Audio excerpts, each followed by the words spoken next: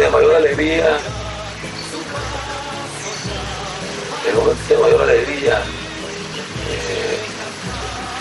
en toda esta época fue el día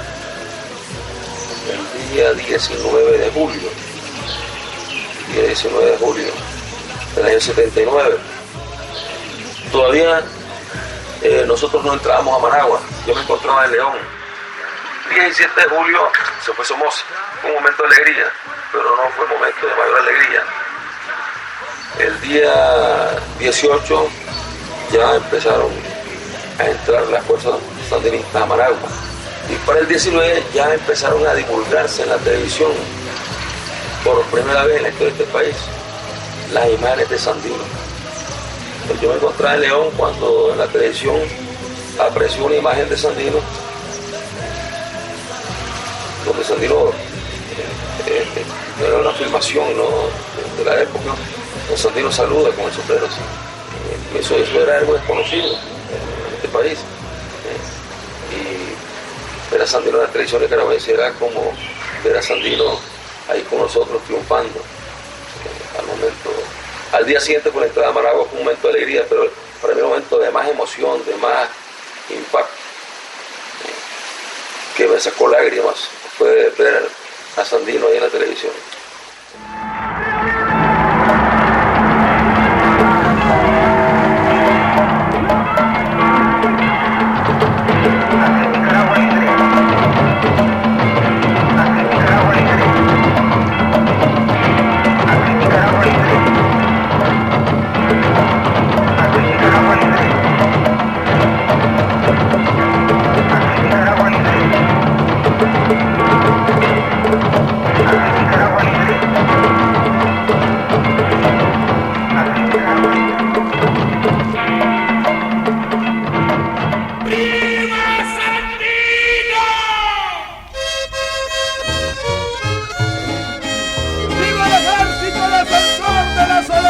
Nacional. ¡Viva! 1927. Augusto César Sandino organiza el Ejército Defensor de la Soberanía Nacional. Objetivo: expulsar de Nicaragua a los invasores yanquis. La victoriosa gesta de Sandino asombra al mundo y estremece la conciencia de América. Sandino supo recoger, supo expresar ese espíritu independiente, esa ansia de libertad política, de libertad social, de libertad económica, que expresa el pueblo nicaragüense, primero en su lucha de resistencia frente a la dominación española, y posteriormente en su lucha de resistencia frente a la intervención norteamericana. Que es que a Sandino se le ha estudiado, pero no se le ha conocido realmente sus verdaderos valores y sentimientos. Porque, por ejemplo, se decía que Sandino era un gran guerrillero, un gran estratega, un gran militar, antiimperialista, nacionalista. Todas esas son cosas que son ciertas. Sí. Pero la esencia de Sandino era Dios, era lo más grande que él poseía. Cuentan que taciturno y oscuro, como tallado en madera, como fundido en volcán, era Sandino, y que de lejos a veces se confundía con la quietud del peñal. Cuentan que se educó en la intemperie y que a las bestias del monte copió su forma de andar. Ahí fue que ejercitó la mirada, la calma, la ligereza, la agilidad del caguayabá. El general, rayo de luz sobre el trigal. Allá va el general, como una estrella sobre el mar. Desde que Sandino escribía los manifiestos y decía: impulsión divina es la que anima y protege a nuestro ejército, y así lo hará desde su principio hasta el final. Está hablando de Dios. Decía, y esa fuerza invisible que todos conocemos y que y que recibe muchos nombres en diferentes partes del mundo. Aquí en Nicaragua la hemos conocido con un solo nombre y es Dios, y lo pone en mayúscula. Sí. Y después Sandino decía, Dios hablará por los segovianos. Entonces, siendo esa la esencia de Sandino, o sea, siendo la fuerza más grande, porque él también un poco dariano, él decía, aquel poema Roosevelt, pero él decía, los yanquis tienen todo, tienen los mejores barcos de guerra, tienen aviones de guerra, tienen el mejor ejército del mundo, pero les hace falta algo, Dios, que es lo que más yo tengo, y es Dios. Dios está con nosotros, Dios hablará por los segovianos, y eso se cumplió, eso se cumplió, los derrotó.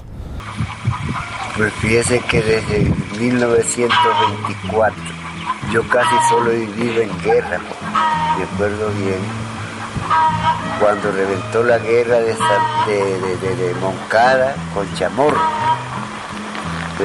capturando gente, reclutando, le llamaban. Hasta en 1927 creo que fue el Tratado del Espino Negro. Bueno, ahí fue cuando empezó la rebeldía de Sandino, otra guerra, que le llamaban bandolerismo, y esa es otra guerra. Sí, no era blanco, chele no era morenito, como cafezoso, como color canelo.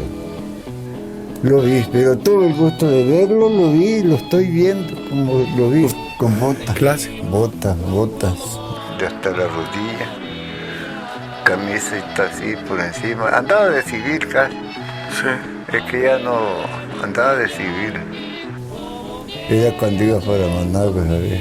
Pero una personalidad muy fuerte, ¿verdad? O sea, me imagino que donde quiera que llegaba todo el mundo lo señalaba y decía, ahí va el general Sandino. Ahí va Sandino. De admiración. Serio. Serio. Una mirada maliciosa. Y yo lo estuve reparando ahí. Estaba pequeño yo. Fue en 1934. Ese año pues que lo mataron, ¿no? Anastasio Somoza García se consolida como jefe de la Guardia Nacional, haciendo asesinar a Sandino el 21 de febrero de 1934. Sandino había dicho con palabras proféticas: nosotros iremos hacia el sol de la libertad o hacia la muerte, y si morimos, no importa, nuestra causa seguirá viviendo, otros nos seguirán. Mi abuelo murió de 104 años. Cuando tenía 12 años, combatió yo no sé, Correo, que sería un niño de 12 años en la guerra nacional contra Walker. Y mi padre sí combatió con Celedón y fue amigo y pariente pues de Sandino. Me contó que el día que mataron a Sandino, el 21 de febrero de 1934, mi padre estaba en la casa de su hermano de padre, nada más, don Sofonía Salvatierra.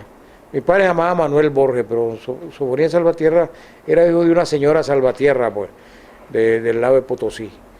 Pero era un ministro de Agricultura del gobierno de esa casa.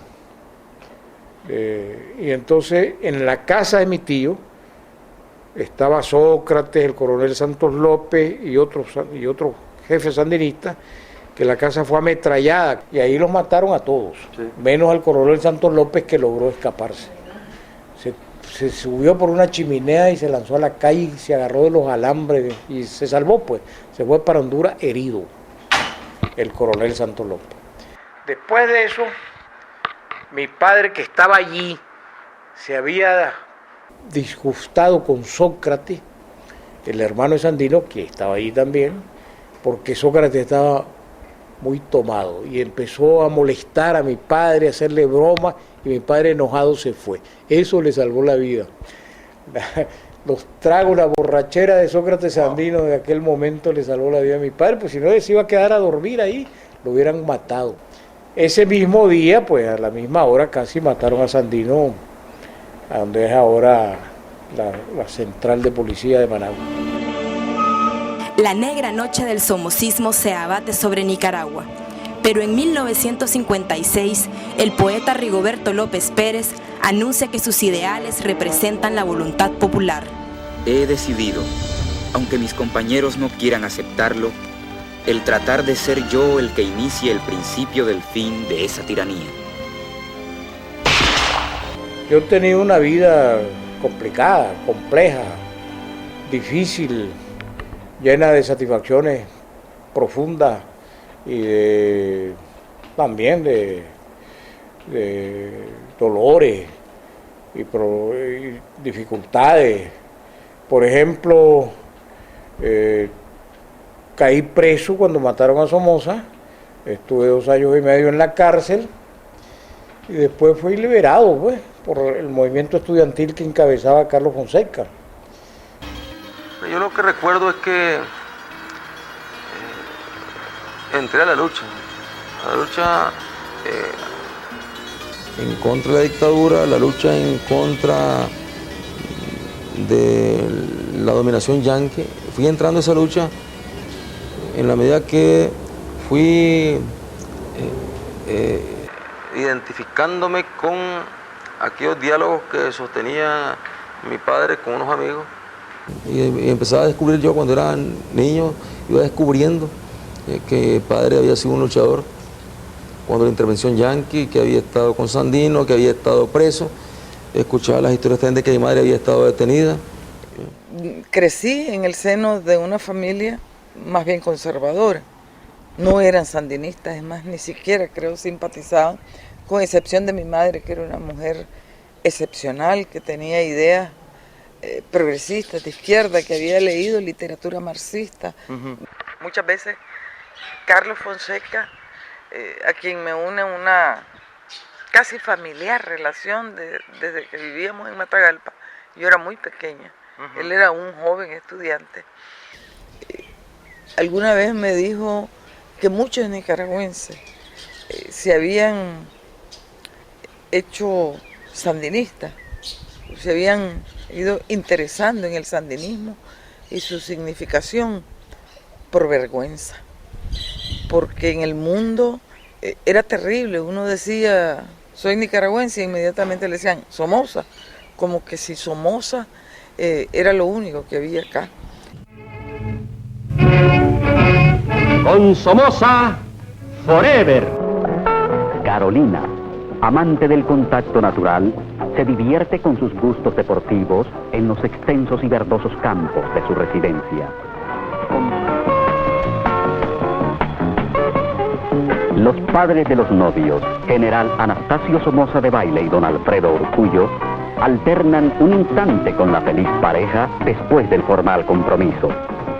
Los novios fueron objeto de congratulación. Estábamos en una dictadura que ya tenía 45 años en el poder, como un país que tenía el 60 y tanto % de analfabetismo y con una gran pobreza, pero además una dictadura que era familiar, que había sido primero el abuelo, después el Papa, después un hijo del Papa y luego otro hijo del Papa, es por el cuarto miembro de la familia, y no había democracia. La pobreza en que nosotros vivíamos, o sea, veníamos de una familia muy pobre, de un pueblecito allá en La Libertad, que habíamos tenido que emigrar después a Managua, a un barrio muy pobre, ahí en lo que se conocía como la colonia Somoza. Yo diría que esa fue mi fundamentación filosófica en mi formación, y luego los elementos objetivos, pues la miseria, la pobreza, la represión. Que fue ese régimen. Tal vez eso, esa naturaleza represiva, terrible en el tratamiento que le daba al pueblo en general, pero particularmente a los jóvenes, uno se pregunta por qué. Obviamente porque los jóvenes éramos en esa época quienes podíamos significar una alternativa distinta a los políticos tradicionales. Somoza era tan represivo